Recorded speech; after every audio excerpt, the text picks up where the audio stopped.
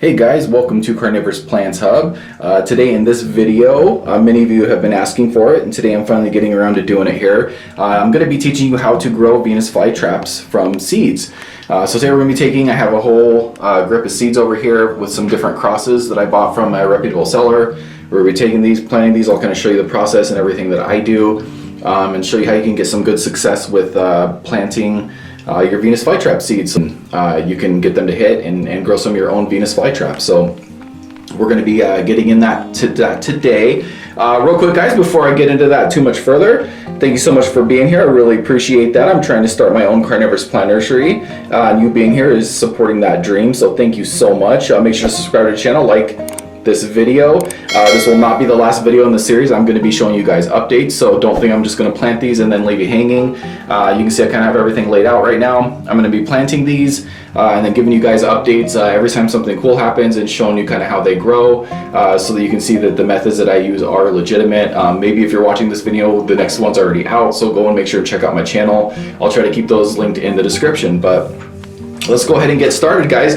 Number one thing that we're going to talk about with growing Venus flytraps from seeds is getting your seeds from a reputable seller. Probably the most important thing. There are a lot of fraudulent sellers out there of Venus flytrap seeds. I'm a part of several Venus flytrap communities, and I can't even tell you how many times people start growing something and it looks like it's completely different. It's a weed, it's a tomato, it's grass. That happens a lot with Venus flytrap seeds.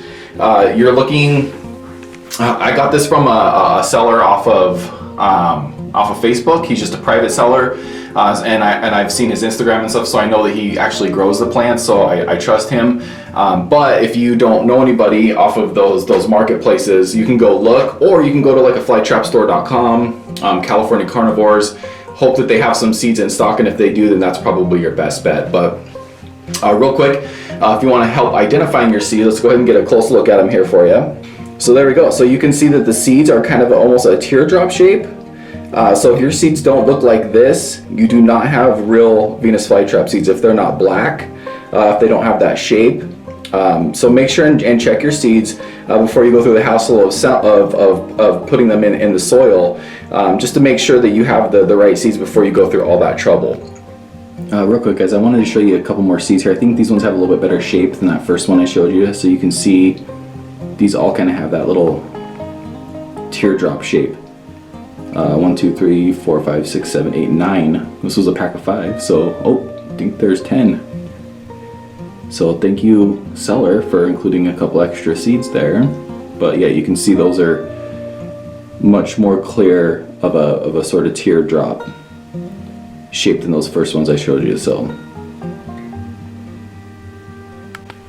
another thing, guys, this is not a care video. I'm not going to be going over in depth with Venus flytrap care, but if you want, I do have another video that completely covers care from A to Z, so I'll go ahead and put that up in the card. Check that out after this video is over, so that you know how to care for your Venus flytraps after they start growing for you. But let's go ahead and get started. So I have all these little pots here. These are just 2-inch pots. I usually like to do something a little bit deeper, but the reason I'm using these is because I have them. These are actually little pots that I have from rescuing Venus flytraps from Walmart. Again, that video is in the description if you want to check that out. But these are going to work for me here. I have I'm going to be using probably 5 to 8 seeds per container, and they're actually all going to be organized by the crosses here. So you can see I want to keep them kind of all organized individually by the crosses, so I can keep track of which one is which, so I can kind of see how they look and how they grow based on which cross that they are. So it's really fun kind of getting crosses from the reputable sellers. The seeds will usually be about $1 each, guys. I'm not going to lie to you, they're not super cheap. If you're paying 5-10 cents a seed, there's a good chance that they might not be great seeds. They could be old, and the older that the seed is, the less fresh it is, the less chance you have for it to hit. So try to get super fresh seeds. Also, once you order seeds, try to plant them right away. The longer that these seeds sit, the less chance you have for them to hit and actually grow a Venus flytrap. So let's go ahead and get started here. So the first thing I'm gonna do, I'm gonna go over soil real quick. So here's my soil mix. I have some regular peat moss, and then I have my Venus flytrap soil mix here. And guys, I am starting to sell this soil, so definitely check out the link in the description if you want to get your soil from me. I have a really good high quality soil. It's a perlite and silica sand mix. So it's peat moss, perlite, and silica sand. It's a really good Venus flytrap soil. You can check it out here. This is what I'm going to be using for the base. And then actually for this particular instance, since we're planting seeds, I'm going to be putting this just regular peat moss right on top, so that the sand and the perlite can make it so that the seeds don't have good contact with the peat moss substrate. So I'll be putting this on the bottom, this Venus flytrap mix, and then on the top I'm going to be putting a thin layer of just regular peat moss to make sure that those seeds can come into contact with the substrate. Another thing that's really important before you get this process started, make sure to pre-soak your soil. This is all really wet right now. You can see it sticking to my hands. The reason you don't want to try to mess around with dry peat moss when you're potting or when you're planting your Venus flytrap seeds is you have to get it wet at some point. And if you wait to get it wet until after your seeds are in there, the seeds are going to sink down to the bottom. It's really, really important that you pre-soak this because trying to get peat moss to soak up water is really difficult. And you're going to really mess up your seeds if you put your seeds on dry peat moss and try to get it wet. They're just going to kind of get lost in the pot somewhere. You won't even know where they're at. So definitely make sure to pre-soak your peat moss and your Venus flytrap soil mix. If you only have peat moss, that'll work. Guys, you can do this in just peat moss. When you repot these into a different planter, I do recommend getting a good Venus flytrap or Carnivorous plant soil mix. But if you're just planting your seeds and trying to get them to grow right now, you can use just a peat moss mix. That will work. So there's a couple different ways you can do this, guys. You can just kind of spread the seeds into the soil, or you can get like a pencil, or this is like a long toothpick, and you can see that you can be more precise. You can see they stick to it really well. If you get it wet a little bit, this is just kind of a wet napkin, but you can see these stick to it really well if you get this a little wet on the end. So that's what I'm going to use to kind of put these into these planters precisely, and I'll show you that here in just a minute. But if you want, you can see these come in little packets, usually from a reputable seller. They come in like a little baggie or a packet. You can actually just sprinkle them on there if you're not too concerned about the precision of it. So that's totally fine. I like to do it a little more precise because I kind of like to grid mine out to make sure that they have good spacing. So I do like to go through kind of the tedious task of making sure and grabbing them one at a time and then putting them in the pot. And I do like to make sure that each one is covered just a little bit with peat moss, because then it gives it that good contact with the substrate and make sure that it's contacted on all sides, and it also gives it a better chance of sprouting. So okay guys, let's go ahead and get the substrate put into the pot now, and I will be repeating this process with all of these pots. I won't put you through the tedious task of watching me do all that, but I'm going to show you this first one here so you can see exactly how I do it. And then make sure and stick around to the end of the video, because I'm going to be telling you exactly what you need to do to care for these once you've got them potted. I'll give you some lighting requirements, water requirements, where you should have it, all that stuff. So, but let's go ahead and get some substrate in here. Okay, now like I was saying, this is going to be the bottom substrate. This is not going to make up the whole pot. The top is going to be just a little bit of peat moss. So let's go ahead and put this in here. Pack that down just a hair. Don't pack it down tightly. You want the water to go through these. You don't want the water to be puddling in here and sitting. So make sure not to pack it too tightly. And now that I've got that in there, I'm going to be putting just a little layer of peat moss on the top here. Now this is to basically ensure that the perlite and the sand doesn't come up here, because if the perlite and the sand are mixed in on the top here where the seeds are going to be, it actually will not in some cases be touching the substrate correctly. And that's really important for the seeds to be successful, is so that they're touching the substrate on all sides. It really increases your chance that this will be successful. So I'm going to pull this guy out here because that's a little chunky and I don't like that. It's almost like a piece of perlite. So there we go. So this is essentially ready for me to put seeds in. Okay guys, and like I was saying before, so what you're going to do is you're going to get the tip of your toothpick or your pencil or whatever. You can even use your fingertip if you want, but I just find that these toothpicks work really well. So I'm going to get this kind of wet. Okay, and then what we're going to do is we're going to grab our seed.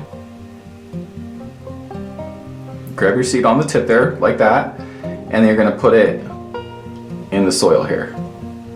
Okay, and what you're going to do is you're going to take your toothpick and you're going to cover that seed just a little bit, just so that it sits down into the substrate. And what I like to do is take just a little bit of peat moss, just a tiny bit on the end of your finger, and just cover that up like that. And then what this does is you do not want these planted deep, you want them right on the surface, but this makes sure that seed is in contact with your substrate. Okay, so I'm going to go ahead and do one more, but I'm going to zoom in a little bit closer so you guys can see the actual seed portion of this. Alright guys, that's as close as my camera will let me zoom. So I'm going to go ahead and grab a seed here. got the seed. Okay, and I'm gonna go ahead and put it in. And hopefully you can see that. So there's the seed right there. Okay, so I'm gonna cover that up just a little bit. Oops, it was still on the tip there. Here we go. Now it's in there. Cover that up just a little bit, and then I'm gonna grab a piece of peat moss here, and we're gonna cover that up just a hair. There we go. Now it's covered. Pack it down just a little bit. Nothing crazy. And there we go. That's basically it in a nutshell, guys. From this point on, you're gonna rinse and repeat. You're gonna basically put these however you want. If you want, guys, it's not too crazy to take your packet and just kind of sprinkle them on here, and then just try to get them covered up a little bit. All right, now that you have all your seeds planted, put in your pot, what I'm going to do here is I'm going to take my cord gear mister. I don't know if you can see that on my billboard, but my cord gear mister, and I'm just going to mist the top of this a little bit. You want to make sure that you water these as soon as you're done. And the reason that you want to do that is for a couple reasons. First of all, you need a lot of water with this, but what this does is this will settle the soil. That's probably one of the most important things, to make sure that your soil settles, your seed is going to settle in a little bit, and now the substrate is going to be touching that every part of that seed. Since it's under, this will settle it in a little bit. You see the water starting to go through there, but that'll make sure that these seeds are touching that substrate, which, like I said, is going to be really important. Okay, I got all these planted now. I got them all marked on the side there. I got them taped up so I know which cross is which. So the first thing we're going to talk about real quick, guys, is what to put them in, and then water. So what I recommend for water is I do recommend keeping them in a bowl of water. In this case, I'm using a cake pan because it fits my 7 little planters here really perfectly. Now I recommend something that's higher than your planter, at least by a ½ an inch or so that you can cover this up. Now, a lot of people don't cover them up, they just keep the water on the inside. But what I have found is that if you cover this, your water will actually stay in there a lot longer. So you might go 3-4 weeks before you actually have to change the water. And sometimes I don't even have to add new water, I just have to take them out and put in fresh water because the water just gets a little gross and a little stagnant. So if you don't cover it, you're probably going to be changing the water every couple of days because it's going to go through water really quickly. But if you cover this, you will actually get a lot better results in terms of not having to water them constantly. And if you forget to water for a couple of days, hey, no big deal, because they kept the water inside of this. So we're gonna get some water in here. Before we do that, I'm gonna move this aside. We're gonna talk about lighting real quick. And guys, also real quick before, once we get to the end of this, I am going to actually show you some Venus flytraps that have been going for probably 6 to 12 months here. I can't, it's probably like 8 months now, just so you can kind of see what size to expect and all that stuff. But real quick, I want to talk about lighting. All right, guys, let's talk about lighting real quick. Lighting is going to be really important. One thing you can do before we get into these lights here is you can put your plants outside. Full sun is a great option, but if you're like me, you have really varying weather. Yesterday we had it about 50 degrees, all cloudy. The next day it's 100 degrees and fully sunny. So I like to kind of take that variation out of it if possible. If all you have is sun, go for it. Put them out in sun. More than likely they're going to sprout. They're going to do fantastic. However, if you want to give them a little bit better chance of survival, at least in the beginning stages before you put them outside full time, I do have some light recommendations here so you can grow them inside. This one here is my favorite, and this is what I'm going to be using to put them under. This is a Sansi 36 watt bulb. These are really cool because they just plug into a normal light socket, so you can get a little clamp light. Basically that's what this is. I don't have the clamp on it right now, but basically this is just like a $10 clamp light. You just put your Sansi bulb in here, you plug that into a regular lamp, you clamp it, and then you just put it right over your Venus flytrap seeds, probably 8 to 10 inches. Maybe even a little bit closer, 6 inches also works. But the Sansi bulb is a really good option. These are awesome lights. They go forever. I've had one of these go for like 2 years before without dying. And they're only like 30-40 bucks. So they're really affordable, really great option. The other option, this is a white light. This won't have any blue or red. This one is a blurple light. So you got that kind of pink purple light color, but this is an LED. These are the Yescom 225s. These also work really, really good. A lot of people I know have a lot of success growing Venus flytraps indoors with these. As a matter of fact, somebody that I talked to grow year round without putting them through dormancy for about 3 years with these panels. So these are a great option for growing indoors. I should probably disclose, I don't recommend growing your Venus flytraps without dormancy, but I just know that these work really well because somebody has had success doing that. I do recommend dormancy, but these panel lights are only like 20 bucks for this size of panel. And as you can see, this panel would be about the right size. You can see if you can see that, for your Venus flytrap. So like same thing, you want to put these about 6 to 12 inches away from your Venus flytrap, from your seedlings, to make sure that they get enough light. I recommend at least 12 to 14 hours of light a day. If you have a timer, I do recommend using a timer. Timers work really well, and you don't ever forget. If you do forget to turn your lights on once or twice, it's not that big of a deal, but if you forget 2 or 3 times a week, it will start to hurt your Venus flytraps, and they won't really do as well, especially after they start sprouting from the seed. So make sure you're only using distilled water, reverse osmosis water, rainwater. Make sure that your water is under a 50 ppm. To test that, you can use a TDS meter. That's really important, as with all carnivorous plants, but more on that in my other video where I talk about Venus flytrap care.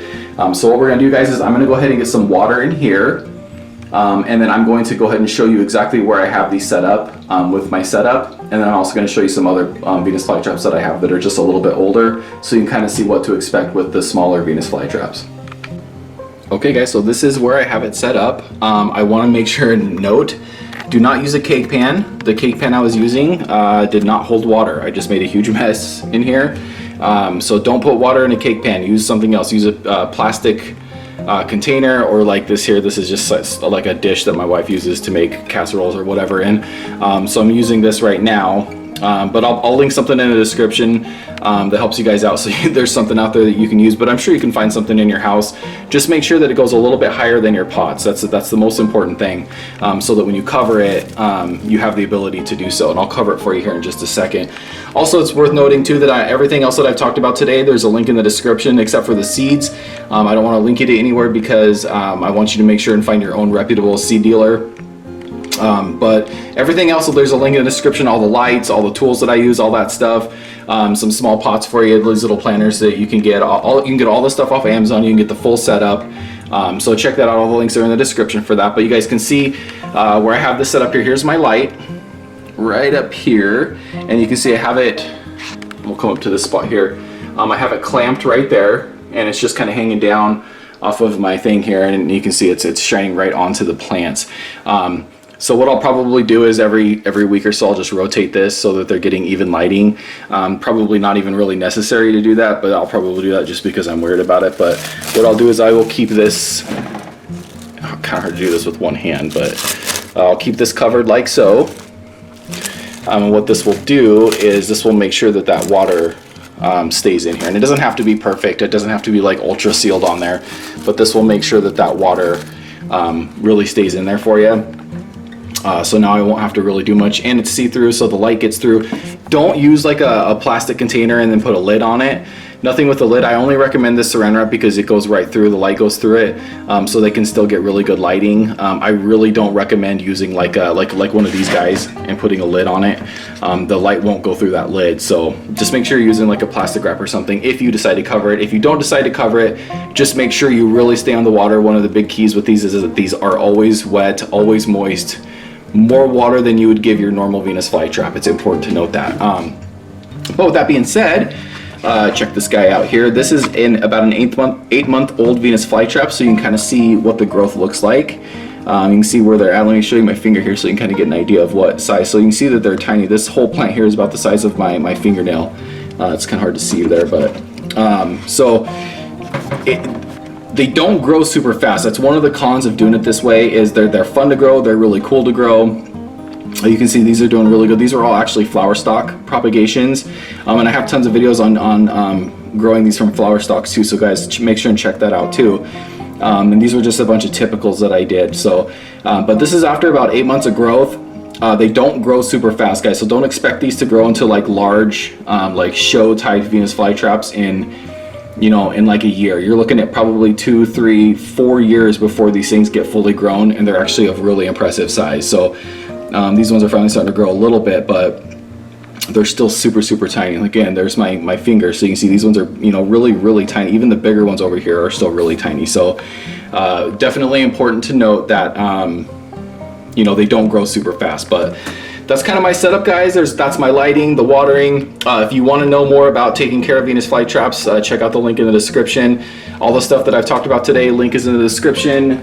You can see this is kind of everything that I have right now in my grow room. There's my Nepenthes. Guys, my Nepenthes is killing it right now, so go and check out. I just did an update on that, so go check out that video. But yeah, so I hope you guys have some success growing your Venus flytraps from seeds. I'm going to be bringing you updates on this. They could take anywhere from 30 to 60 days for these to actually start to sprout. So I'll probably do another update here when I get my first one sprouting. That was probably about, I don't know, probably 55 to 70 seeds, somewhere in that neighborhood. So hopefully we have a ton of little Venus flytraps popping up here. But anyway, guys, thanks so much for being here again, for supporting me and my channel. Make sure to subscribe, like, all that stuff. It means the world to me. And I really, really hope to catch you guys in my next video. Bye.